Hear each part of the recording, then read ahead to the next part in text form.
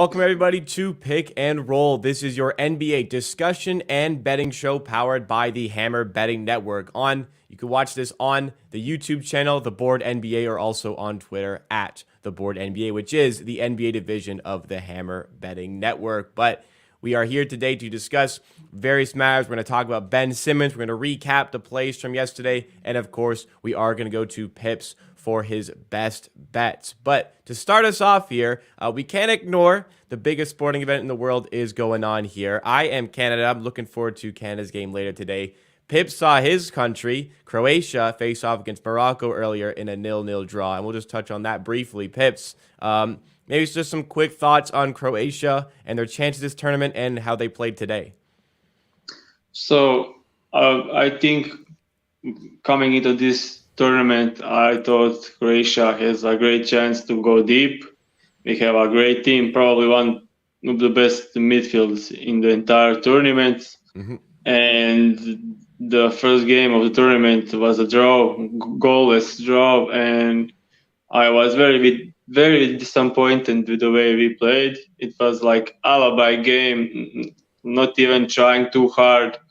Everyone was just like no energy and some stuff tactical that I didn't like Modric coming down to between the center backs to get the ball and being far away from the final third when you have guys like Marcelo Brozovic and Kovacic who are great at doing that. And at this age, Modric was doing this for his entire career, but at this age he just can't get from one side to the other, and our other guys need to work hard to make things easier for him.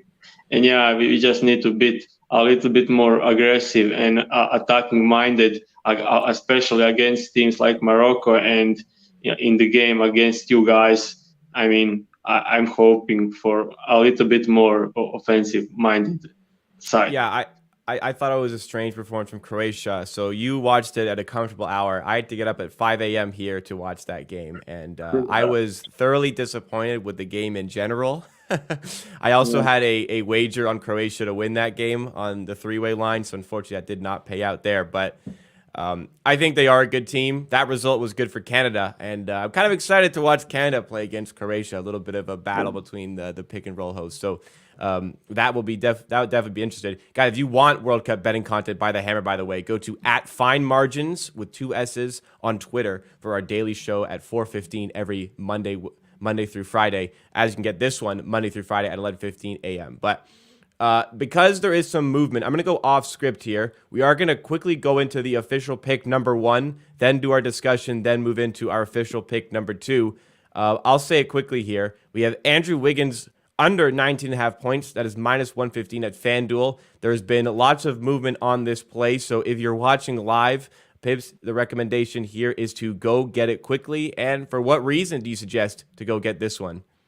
So Andrew Wiggins opened up at 19.5 points at minus 115 at FanDuel a couple of minutes ago, and he's 17.5 everywhere, like DraftKings, BetMGM. Every major bookie has his line at 17.5, which makes sense. I think that's the correct line, and I think this one will close probably at 17.5. And main reason for that is Golden State Warriors roster is completely healthy. Everyone is playing tonight, and Los Angeles Clippers have the best defense in the league, like second best after Milwaukee Bucks, but they allow the least points because they play one of the slowest pace in the leagues, and they are also the best small forward defense in the league. So there are like a couple of reasons. An additional reason is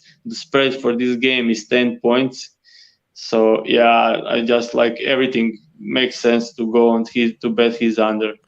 So FanDuel, you said might see some movement off that minus 115. Right now, I just checked 10 seconds ago. PointsBet, if you have an account there, still have this one at minus 115, the odds that we have provided here. So we try our best to make sure the picks are still in play when we go live, but sometimes if it happens during the show, we just want to make sure if you're watching live, you get that number. If FanDuel does not have it still, PointsBet does, and I am extraordinarily confident at this point that this will close below 19.5 as we're seeing the major books move off of that. But let's transition back into the discussion. One of the talking points yesterday was the Philadelphia 76ers, who played against the Brooklyn Nets, which meant it was Ben Simmons' return to Philadelphia. Now, Philadelphia were pretty big underdogs here, but not quite a big shock here, but they upset the Brooklyn Nets a little bit. Philadelphia come away with the win. There was a key player there that we had money on, which we'll touch on in our recap. But Ben Simmons is somebody I wanted to discuss.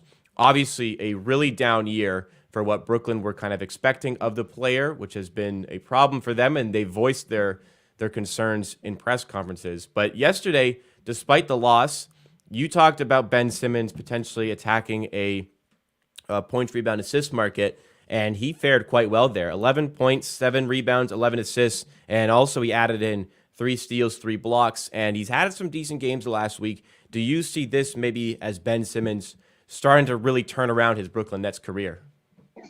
Yeah, as I said before the game, and you mentioned, I was on his point, rebounds, and assists, which opened at 21.5, but closed at 25.5, and he still covered it.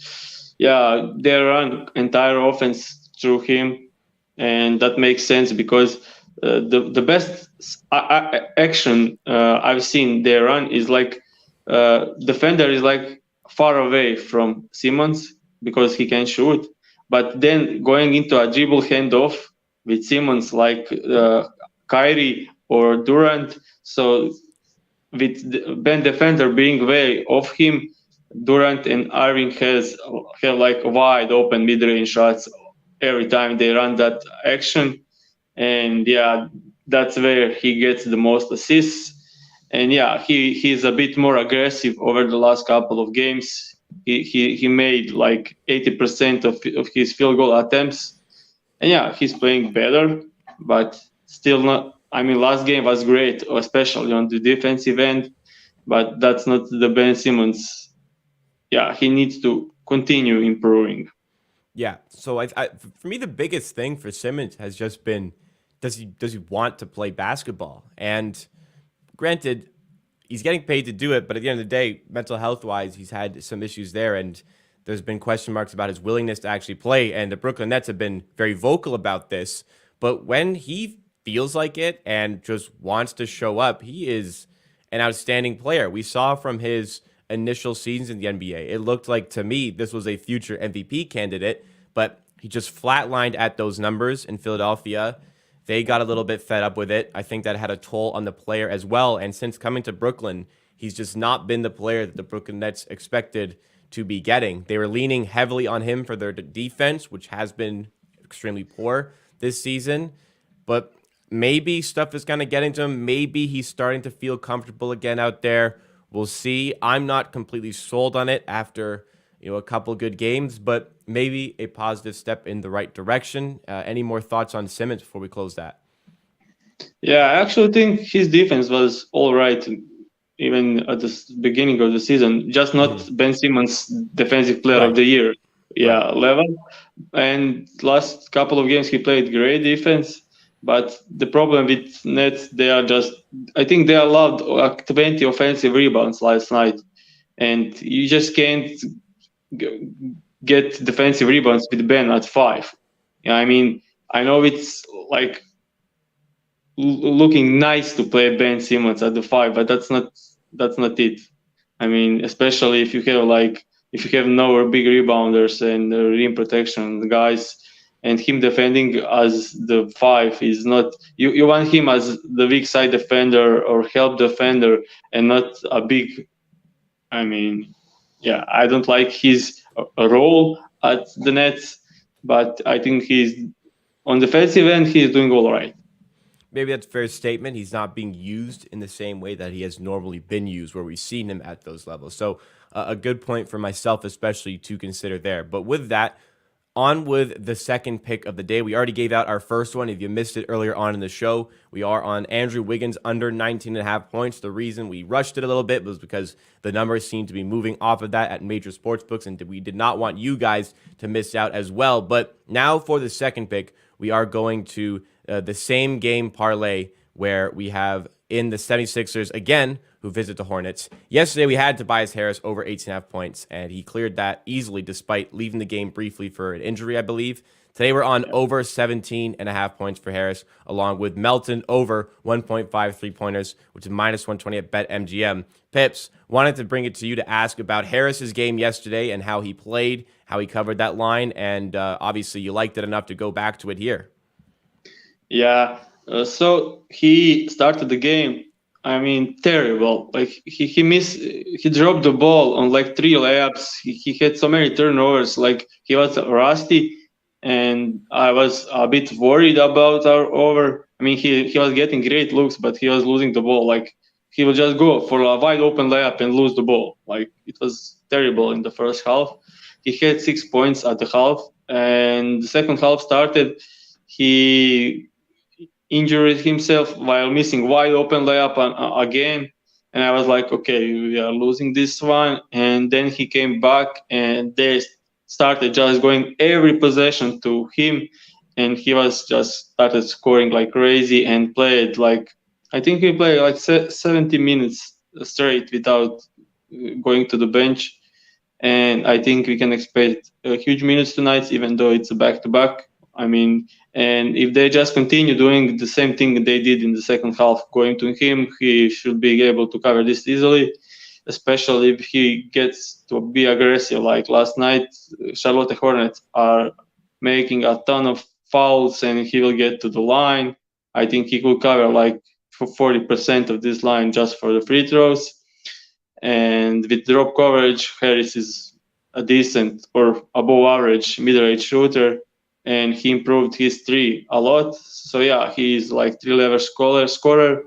And with all these guys out, I think this is pretty great spot to bet on Harris. And Melton, I think like he scored 6 threes last night and 5 threes the night before. He shot 20 threes over the last 2 games, and Charlotte Hornets are allowing, I think, 3rd most threes in the entire league. So I think like this is a great spot for him to just continue shooting, because Tobias Harris is more like spot-up shooter on threes. PJ Tucker also.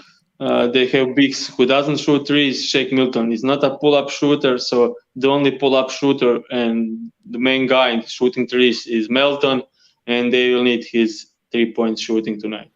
Right, and like you said with Melton, maybe they're leaning on him a little bit more today to take those 3-pointers, just to get him at 1.5. Over 1.5 is a good spot. Harris, as you mentioned, cleaned up pretty easily yesterday, so hopefully more of the same today against this dismal Charlotte Hornets team. The other play we had on the board, I'm a little bit jumbled up from the change in our schedule for today, but we also had a same-game parlay that included Bogdanovic, who easily covered his line, some more Croatian national pride for yourself, and Jaden Ivey, who goes nowhere near the line. When I looked, I was a bit shocked to see the box score for Ivey. Maybe just quickly touch on 1 minute here on Ivey and Bogdanovic's performances for the Pistons.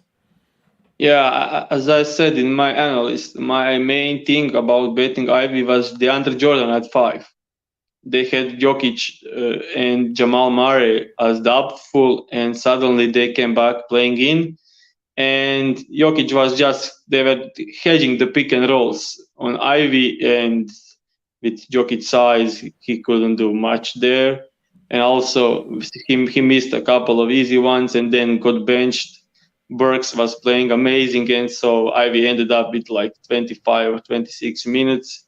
So yeah, I didn't expect Jokic to play, and especially Murray, because then Murray was on Killian Hayes, and Ivey got the toughest matchup in KCP. Yeah. So yeah, it changed everything for that game, and yeah. Yeah, unfortunate there, but we split there, and looking for 2 wins on the plays for today. Just to recap, if you missed the early one, we do have Andrew Wiggins under 19.5 points. We can't say for certain if that is still available at FanDuel. It was available there when we started the show, and also was available at PointsBet, but Andrew Wiggins under 19.5 points for the Warriors. And the same game parlay, We have in the 76ers and Hornets game, Melton over 1.5 3-pointers made, and Tobias Harris over 17.5 points. That is minus 120 at BetMGM. Thank you so much for tuning in today to the Pick and Roll Show, where we do daily NBA betting content all throughout the weekdays, Monday through Friday at 11:15 a.m. Eastern Time on the Board NBA Twitter account at the Board NBA and the Board NBA YouTube channel. If you're watching on Twitter, please drop a like and follow the account. If you're watching on YouTube, please drop a like and consider subscribing to the channel. For more betting content, we do a World Cup show now, the biggest sporting event in the world, Monday through Friday, where I actually am providing betting insight myself more often on there, and that is every day, every weekday at 4:15 p.m. Eastern Time at Fine Margins with 2 S's on Twitter or Fine Margins on YouTube. Thank you so much for tuning in again. We will see you tomorrow for more NBA bets.